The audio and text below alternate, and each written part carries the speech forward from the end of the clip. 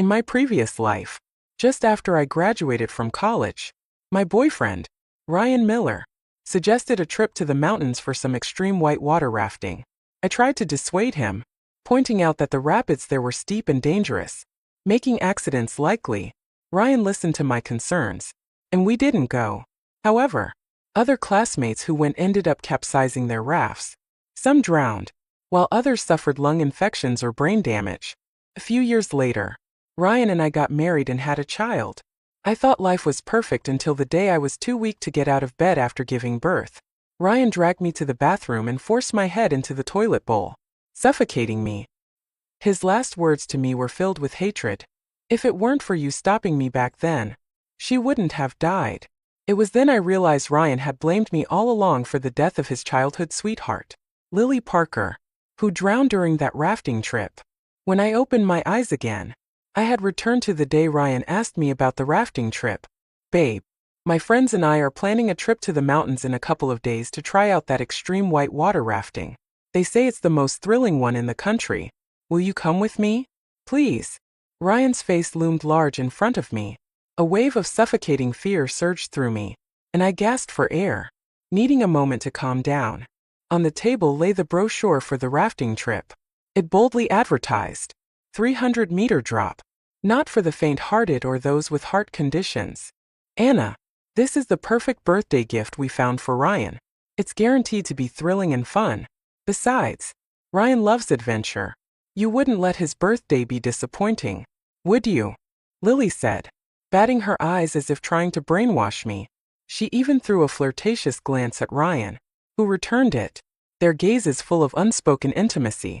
In my previous life, I had naively believed their relationship was purely platonic childhood friendship, but now, I clenched my hands tightly, forcing myself to remain calm. Back then, both of them had eagerly pushed me to join the rafting trip. I refused, citing the risks, the steep drop, the likelihood of capsizing, and the poor management of the new attraction. I warned them that, in the mountains, rescue might not arrive in time if something went wrong. Lily's face darkened immediately. "What are you trying to say? Anna, if you don't want to go, fine. But we put so much thought into planning this for Ryan, and now you're just dismissing it." Even Ryan seemed displeased. "Anna, Lily is my best friend. She'd never put me in harm's way." I ignored Ryan's instinctive defense of Lily and apologized to her. Then I dragged Ryan out of the restaurant, leaving Lily behind, muttering, "Coward, if you won't go, I'll go myself." Back in our apartment, I compiled news reports about rafting accidents and sent them to Ryan. Though reluctant, he eventually decided against going after reading about fatalities caused by rafting. As predicted, disaster struck on the day Lily and her group went rafting. Their raft capsized, and rescue workers, distracted by smoking in the woods, didn't arrive in time. Lily, who couldn't swim, drowned, while the others suffered varying injuries. Ryan had hugged me tightly afterward, his face filled with relief. "Thank you, Anna. If it weren't for you, I might have died out there too." We got married and had a child. For a while, life seemed serene and happy, but just a year after our wedding, Ryan killed me, accusing me of causing Lily's death. He took our child and inherited my family's wealth, only to drive my parents and child to the streets, where they froze to death. Now, as I looked at Ryan and Lily, I forced a smile. "Ryan, it's your birthday, so of course, you should decide what we do. I'll go wherever you want." Ryan beamed, pleased. I knew my baby was the best. Lily's expression soured. "Anna, I thought you didn't like adventures. Are you just pretending for Ryan's sake?" She clung to Ryan's sleeve. "If Anna doesn't want to go, we shouldn't force her. The rest of us can go with you." Suppressing my disgust at her fake concern, I kept smiling.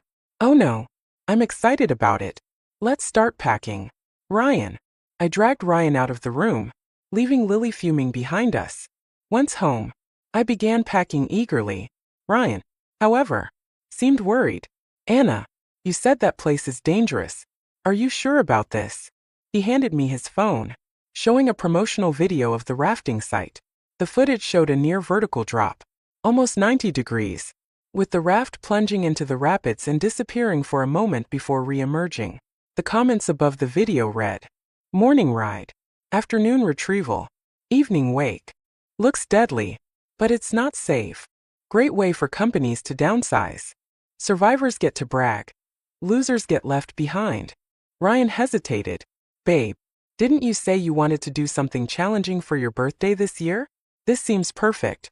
I smiled serenely. "Exactly, Ryan. Let's make this birthday unforgettable.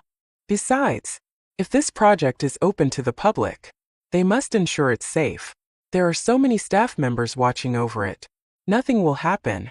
Trust me," I said softly, trying to reassure Ryan. "If you're really scared, I can call Lily now and tell her we won't go." I picked up my phone, pretending to make the call. I'll go.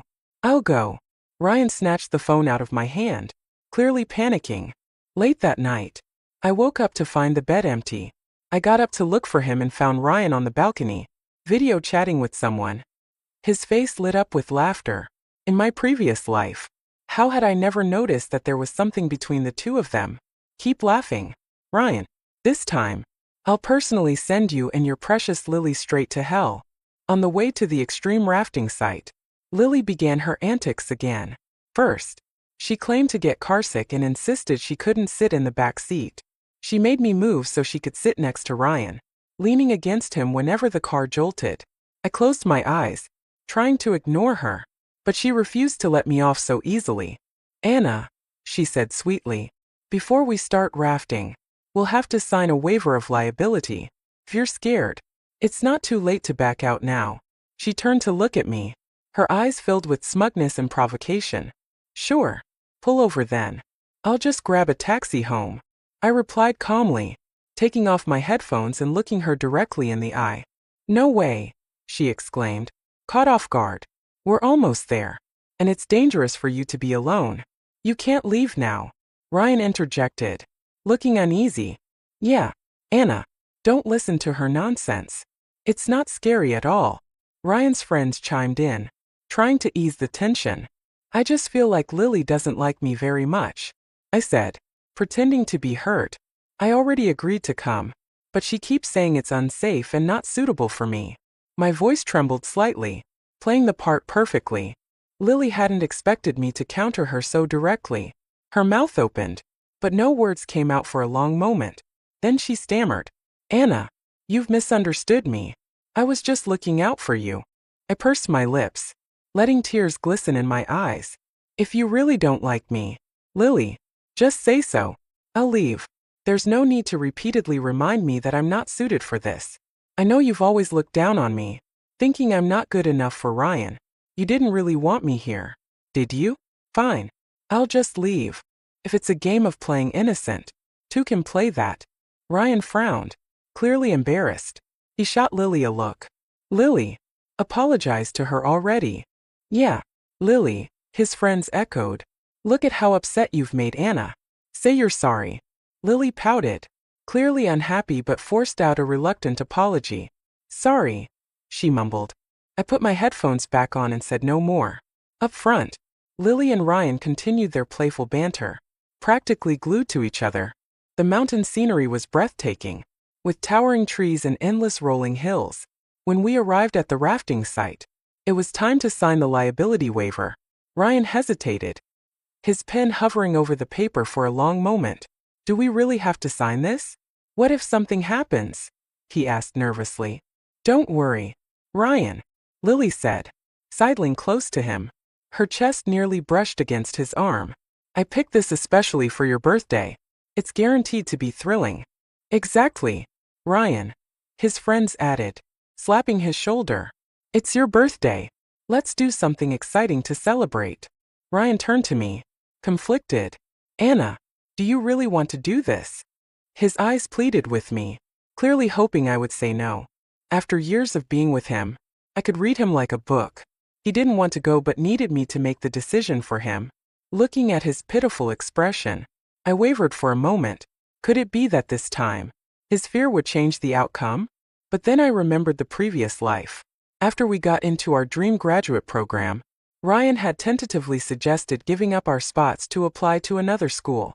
a lesser-known university in Lily's hometown. Later, I learned that Lily had planned to attend that school. On the night of his birthday, Ryan had seemed distracted, repeatedly checking his phone under the excuse that his advisor was contacting him. I pushed those thoughts aside and looked at him steadily. If it's for your birthday, Ryan, I'm happy to go. Let's do it. I didn't notice his bloodshot eyes or the hatred lurking in their depths. After we got married, Ryan often used work as an excuse to stay away, leaving me shut out. Once, while tidying the study, I found his secret stash of photos of Lily. On the night Lily died, he had come home drunk, knocking on my door. And that was how we ended up with our first child. When I gave birth, weak and lying in the hospital bed, desperately needing his support, he hired a nanny and never visited me again. I thought he was just busy, but in reality, he was mourning Lily and couldn't bear to face me. The memory of him later forcing my head into the toilet, blaming me for stopping him from going on the rafting trip, snapped me back to reality. Ryan, everyone's gone to so much effort to celebrate your birthday. As your girlfriend, of course, I have to come along. Go ahead and sign the waiver. We still need to get our gear, I said, smiling sweetly at him. Under everyone's urging, he finally signed the waiver and joined us on the bus up the mountain. When it was time to change into our gear, more drama unfolded. I had done my homework and came fully prepared, wearing long sleeves and pants for protection. Beyond the standard issue helmet and life jacket provided by the park, I had spent a hefty sum on additional protective gear, including elbow and knee pads.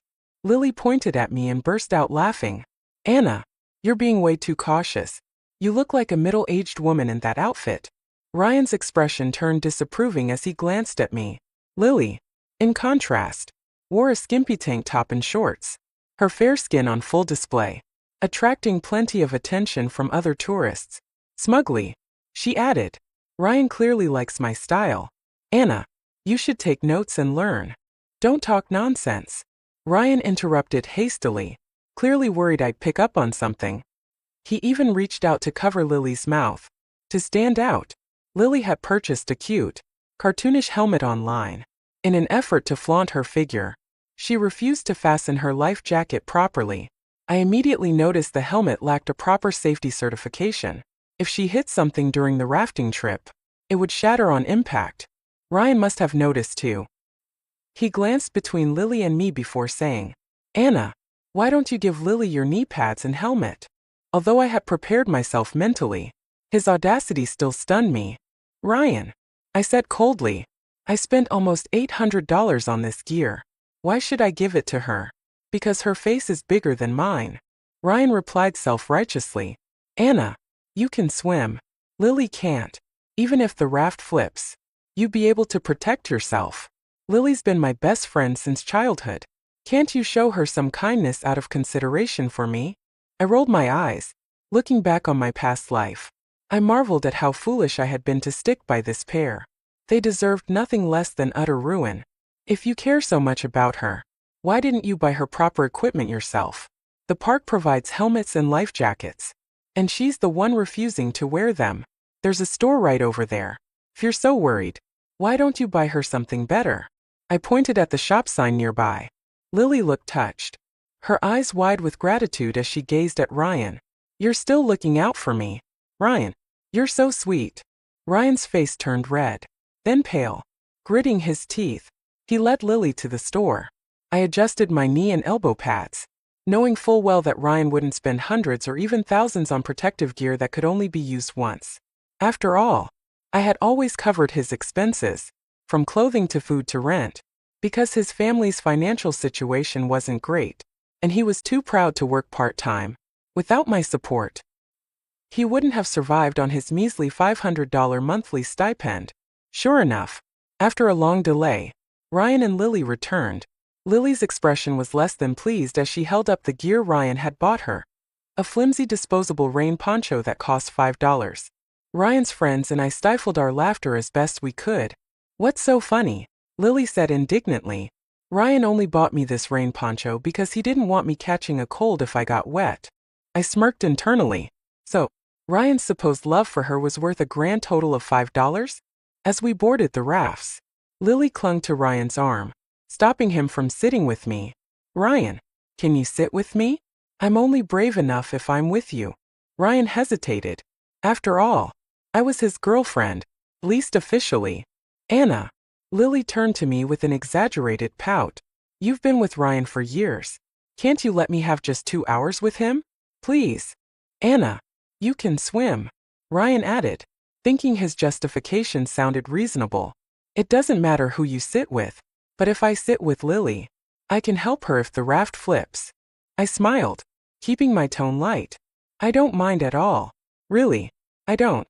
After all, who knows if either of you will make it back alive? Lily beamed and eagerly dragged Ryan onto the raft she'd picked out. I stayed back, waiting to board with Ryan's friends. During the rafting trip, Lily posted a status on her private social media account. A little getaway with my favorite person. It read, accompanied by a picture of her and Ryan cheek to cheek, both grinning broadly. Meanwhile, Ryan also posted something visible to everyone but me, bringing the girl I love to experience this adventure. Lily replied in the comments with a koi emoji, and their interaction was nauseatingly saccharine. Looking back at their raft, I saw them practically glued together, exchanging tender gazes. Lily hadn't entered the picture until after Ryan and I started dating. I thought she was just his childhood friend and never overanalyzed their relationship. Ryan had often lamented how hard his life had been, losing his parents young and working tirelessly to get into college. Feeling sorry for him, I shared everything I had. But the truth was, Ryan and Lily had always been lovers. They'd even had a wedding ceremony back in their hometown. Ryan had pursued me only to exploit my finances. Their plan was to milk me for money before getting married officially. That ill-fated rafting trip in my past life had ruined their scheme. When I was dying, Ryan had recounted all his sweet memories with Lily, only for me to realize, in my final moments, that I had been nothing more than a tool. With that bitter memory, I turned my head away, pretending not to notice their flirtation. The first section of the rafting course was relatively calm, with gentle drops and smooth bends. I had to admit, the scenery was stunning. The emerald green river was lined with dense forest, and the cool air was refreshing. Anna, didn't I say you were over-prepared? Lily called out smugly from the raft ahead of mine. The water isn't even fast here. She tossed me a mocking glance before removing her improperly secured life jacket during a calm section of the river. Lily and Ryan began splashing each other with water, their laughter echoing through the area. Soon, Lily's thin clothing was completely soaked, clinging tightly to her curves. Ryan's expression shifted noticeably. That moment, our rafts drifted into a dark cave. The space was pitch black, and Ryan took the opportunity to block my view as he pulled Lily into his arms and kissed her deeply. Though I couldn't see clearly, the sound of their lips and the exchange of saliva echoed embarrassingly in the silence. Even Ryan's friends turned their heads awkwardly. If we weren't here, they'd probably have turned this into some steamy river rendezvous. When the rafts emerged from the cave, Lily tried to act casual, smoothing her hair, but her swollen lips betrayed her. Anna, wasn't that fun? She said, looking at me with a provocative smile. I simply smiled back, saying nothing. The real show was yet to come. The calm stretches ended quickly as we approached an 80-meter drop. The river grew wild, with relentless rapids, countless sharp bends, and the enormous drop ahead. We had reached about 1/3 of the way through the rafting course. Lily, wanting to stay as close to Ryan as possible, completely ignored the safety instructions to sit at opposite ends of the raft for balance. A massive wave hit, flipping over several rafts, including ours. Help! Help! Lily's panicked cries echoed. The water here wasn't deep, barely reaching her chest, but she flailed helplessly, splashing around as if she were about to drown. I, along with everyone else, was tossed into the water. As I made my way back to the raft, I accidentally swallowed some water and began coughing violently. Ryan, however, didn't even glance my way. Without hesitation, he swam directly to Lily, helping her back to the raft and making sure she was secure. Ironically, Ryan only knew how to swim because I had paid for him to take lessons with the best instructor I could find, worried that he might one day face such a situation. And now, he was using the skills I funded to save another woman. That was so scary. Lily whimpered, trembling as she clung to Ryan like a boneless cat. If you hadn't been there, Ryan, I don't know what would have happened to me. Only then did Ryan seem to remember my existence. He glanced at me awkwardly, noticing I was still coughing. Anna, Lily's just never been in the water before. That's why she panicked. Don't take it the wrong way. We're totally innocent, he said, trying to justify himself. Why did you swallow water? Lily, seemingly realizing she needed to address the group, chimed in. Right. Anna, don't get jealous or anything. It was just a little accident, she added, laughing nervously. Of course not, I replied calmly, showing no emotion. You two have always been close, it's understandable. It was dangerous just now. Even I swallowed water. But it's a good thing Ryan reacted so quickly to save you. Lily, are you okay? Lily waved her hand dismissively, clearly uneasy. I'm fine, she muttered. Ryan's friends, who had been watching the scene unfold, gave me sympathetic looks. It was obvious they understood exactly what Ryan had just done, but I pretended not to notice and gripped the edge of the raft tightly. Brace yourselves. Another big wave is coming, called out. The next moment, our raft reached a nearly vertical drop. The raft plunged downwards, and Lily's shrill scream pierced the air. Judging by the duration of the fall, the drop was at least 200 meters. Torrential water poured over us, filling the raft within seconds. Before we could bail out the water, the powerful current pushed the raft towards a jagged cliffside. With a deafening crash, Lily and Ryan were both hurled out of their raft due to the force of the impact. My group was slightly luckier. Our raft collided with theirs, absorbing some of the impact. While we were flipped into the water, we weren't thrown out as violently. Lily and Ryan weren't so fortunate. The current flung them to the opposite side of the river. Lily's cheap helmet, as expected, shattered upon hitting the rocks. Sharp fragments cut her face, and blood quickly spread into the water, but she didn't even seem to notice the pain. Without a life jacket, she struggled desperately, choking on water as she fought to breathe. Ryan clung to a rock with one hand while grabbing Lily with the other. He screamed at the top of his lungs, "Help! Somebody help us!" Just like in my previous life, the rescue team was nowhere to be found. They must have taken a break. It wasn't a weekend, and there weren't many visitors today. While Ryan and Lily were closest to us, no one had the time or ability to help them. Everyone was focused on saving themselves. Ew, was thrown against a rock. Fortunately, the protective gear I'd purchased, my elbow and knee pads, prevented any injuries. After assessing the situation, I calmly instructed the others to take deep breaths, let their bodies float naturally, and hold their heads to protect themselves as they followed the current downstream to a calmer area. As we drifted with the current, I saw Ryan exerting every ounce of his strength to pull Lily towards him, in a selfless move, or perhaps a foolish one. He took off his own life jacket and helmet and handed them to her. I glanced at them briefly, my expression unreadable, before closing my eyes and bracing for the next drop. I didn't bother warning Ryan. In rapids this violent, even a strong swimmer wouldn't stand a chance without proper safety gear. We managed to climb back onto the raft at the next calm zone.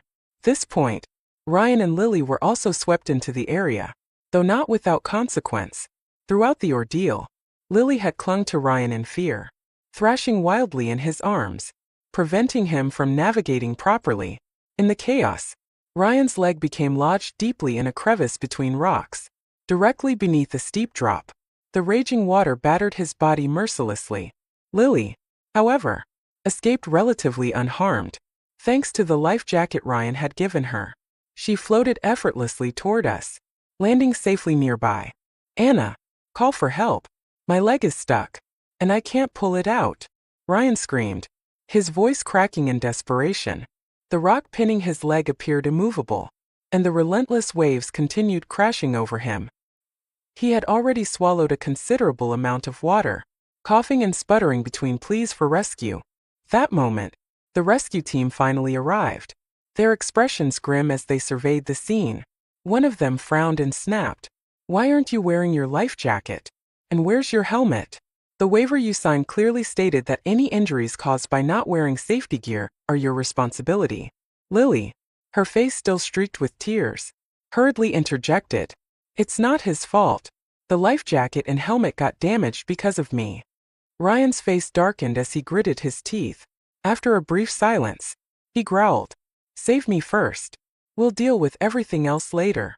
The rescuer dove into the water and climbed onto the rock above Ryan, grabbing Ryan's arms. He tried pulling him free, but Ryan cried out in pain, "It's no use. My leg feels like it's going to break." The rescuer repositioned himself, attempting to pull Ryan from a different angle, but the crevice was unyielding. After more than 10 minutes of exhausting effort, sweat poured down the rescuer's face, yet Ryan's leg remained firmly trapped. "Help me. I don't want to die here," Ryan screamed, his voice filled with raw fear as the waves continued to batter him. His leg throbbed with pain, and panic set in. One of Ryan's friends couldn't hold back his anger. "Lily, this is all your fault. If you hadn't insisted on this ridiculous rafting trip, Ryan wouldn't be stuck here." Another friend, a boy in a yellow shirt, added, "Yeah, and if you hadn't been thrashing around so much, none of this would have happened." Faced with the mounting accusations, Lily began sobbing, her voice trembling. "I didn't mean for this to happen. I just wanted Ryan to have some fun. I wasn't trying to hurt anyone." Despite his pain, Ryan somehow mustered the strength to comfort her. "It's not your fault, Lily. I don't blame you." His voice was weaker now, barely audible. Lily wiped her tears and gazed at Ryan with gratitude. "Thank you for understanding me, Ryan," she murmured, sniffling. At this point, I calmly held up my phone. "I've already called the police, but this place is so remote that it'll take them hours to get here. Let's see if we can pull Ryan out in the meantime." Lily, avoiding everyone's accusatory stares, muttered, "I don't think I'll be much help. I'm not strong enough. I'll just wait on the shore." She climbed onto the bank and sat down, ignoring the glances of disapproval from the others. Ryan's expression turned sour, his frustration and pain intensifying. Over the next few hours, we tried everything to free him. First, we attempted to shift the rock as a group, putting all our strength into it. But the boulder, likely shaped by years of natural erosion, didn't budge an inch. Our collective strength wasn't nearly enough. Someone suggested using smaller rocks to chip away at the large one, hoping it might break apart. We quickly gathered stones and began hammering at the boulder. However, after just a few strikes, Ryan let out a blood-curdling scream. "Stop! The force is going straight into my leg. It's unbearable." We climbed back onto the bank, regrouping to discuss our next move. This time, we tried pulling Ryan out together, but the massive force of the current nearly threw us off balance, sending us crashing back into the water. Worse still, Ryan's leg began bleeding profusely, the sharp edges of the crevice cutting deeper with every movement. Desperation began to set in. My voice trembled as I called out to him, tears streaming down my face. "What do we do, Ryan? If only we hadn't come on this rafting trip. If only I had stopped Lily from bringing you here. I should have stopped him. The moment Ryan took off his life jacket, I should have made sure he kept it on. Now, with his leg wedged in the rocks, his circulation was severely restricted. Tissue damage was the least of his worries. Prolonged pressure could lead to necrosis. Desperation and anger were etched on his pale face. "Lily, this is all your fault," he yelled at her, his voice hoarse. "And now you're just standing there watching." Gone was the gentle tone he usually reserved for her. "Your leg is attached to your own body, Ryan. It's not like I held a knife to your neck and forced you to come." Lily snapped back, defiant. Ryan fell silent, not because he didn't have a retort, but because he was too exhausted to argue. The icy water had sapped his strength, and his body was trembling uncontrollably. His skin had turned deathly pale. Just as his consciousness began to fade, the rescue team arrived with professional equipment. They planned to use a drill to widen the crevice around Ryan's leg. But as soon as the drill made contact with the rock, Ryan screamed in agony. The vibrations drove fragments deeper into his leg, causing unbearable pain. "This won't work," Ryan cried out, his voice laced with desperation. "It hurts too much. It'll break my leg." The team switched to using a cutting tool to break the rock. However, the rock extended deep below the surface, and progress was painstakingly slow. Time was running out. The rescue leader, his expression grim, addressed Ryan. Son, we have two options. We can continue drilling to widen the crevice, which will hurt even more. Or we can amputate your lower leg. No, I just got accepted to a top-tier university. I can't lose my leg, Ryan shouted, clutching the rescuer's uniform as tears streamed down his face. Please, save me. You don't have much time left. Hypothermia and dehydration will kill you if you stay in the water any longer, the rescuer warned. Ryan's sobs quieted as the weight of the situation sank in. After a long silence, he whispered faintly, "Drill. Just do it." As the drill resumed, Ryan's screams echoed through the canyon. With each vibration, his pain intensified. Blood poured from his foot, staining the water around him a vivid red.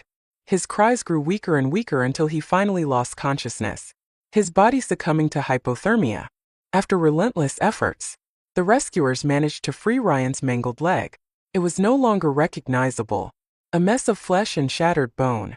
We hurriedly placed his limp body on a stretcher and rushed him to an ambulance, leaving the treacherous mountains behind. Lily climbed into the ambulance as well. It was then I noticed the deep gashes on her face. The wounds appeared severely infected, and she had developed a fever. At the hospital, we were all thoroughly examined. Luckily, I and the others were declared healthy and discharged. Ryan, however, wasn't as fortunate. Prolonged lack of circulation and the contaminated water had caused severe tissue and nerve damage. The doctors determined that amputation was the only option to save his life. Outside the operating room, Ryan's parents were inconsolable. His mother fainted multiple times, while his father sobbed uncontrollably. Meanwhile, Lily's injuries left her face permanently scarred. Despite undergoing surgery to remove necrotic tissue, the damage was irreversible. Her wails of despair filled the hospital halls, a haunting echo of the price they paid for their choices. I took a taxi home that same night. In this life, my parents were both alive and well. As soon as I stepped through the door, still soaked from the rafting trip, tears welled up in my eyes, and I rushed to hug my mom tightly. "Mom, Dad, I've missed you so much." My mom held me gently, her voice warm and full of love. "Silly child, we just saw you a couple of days ago. Did the rafting mess with your head?" My dad chuckled, joining in. "Who upset our little princess? Tell me, and I'll sort them out." Burying my face in my mom's arms, I finally let out all the pent-up frustration and sorrow from both my past and present lives, crying freely. On the day of school registration, Ryan didn't show up. He was likely still recovering in the hospital. Eventually, his absence led to the school revoking his admission. Sometime later, Ryan's mom came to see me, pushing him in a wheelchair. She wanted me to take responsibility for him. I responded by showing her the video of Ryan and Lily's wedding banquet. "Auntie," I said coldly, "I know everything. If you insist that I take responsibility for him, I'll post this video online. Let everyone see what kind of son you've raised. A man who plays both sides." Ryan's face turned ashen. After a long silence, he and his mother left, their faces full of resentment. I went on to complete my graduate studies and take over my family's business. Meanwhile, Lily was forced by Ryan's parents to marry him. With his leg amputated, Ryan fell into despair, drowning himself in alcohol. When he got drunk, he would vent his frustration on Lily, blaming her for everything he had lost. In turn, Lily despised Ryan for being unable to provide for her, frequently berating him as useless. Their once loving relationship devolved into mutual hatred, turning them into enemies under the same roof. One day, I received a call from an unfamiliar number. It was Ryan. His voice was frantic, almost deranged. "Anna, why didn't you stop me from going rafting this time? I remember in the last life, you stopped me, and we lived so happily together. Why didn't you stop me?" I felt my anger bubble up as I replied coldly, "Ryan, you only remember half the story. Yes, we were happy for a time, and I even gave birth to your child. But you blamed me for Lily's death. You killed me, suffocating me in a toilet, stole my family's wealth, and left my parents and child to starve to death. Why would I ever help you again? You regretted not going rafting in the last life. So I just let you fulfill your wish in this one. This is the path you chose. Enjoy the life you and Lily have together. I gritted my teeth as memories of my tragic end in the previous life came flooding back. No, Anna, I love you. Ryan cried desperately. After Lily and I got married, her true colors came out. She spends all her time dancing and gambling. She's burned through all of my parents' money and still insults me every day, calling me worthless. I know I made a mistake. Please, give me another chance. His sobs were pitiful, but I didn't flinch. Enjoy the life you chose, Ryan, I said firmly before hanging up. Knowing he was suffering brought me immense satisfaction. The next day, the police called me with shocking news. Ryan was dead. Apparently, Lily had accumulated a massive gambling debt, and loan sharks had come knocking. The stress killed Ryan's parents, and Lily's constant abuse and the threats from debt collectors pushed Ryan over the edge. In a fit of rage, he hid a knife and stabbed Lily when she got close. Then, using the same knife, he ended his own life. After completing my statement at the police station, I received a message from my mom. Hurry home. Anna, I made your favorite sweet and sour ribs. Stretching lazily as I stepped outside, I basked in the warm sunlight. My life was just beginning.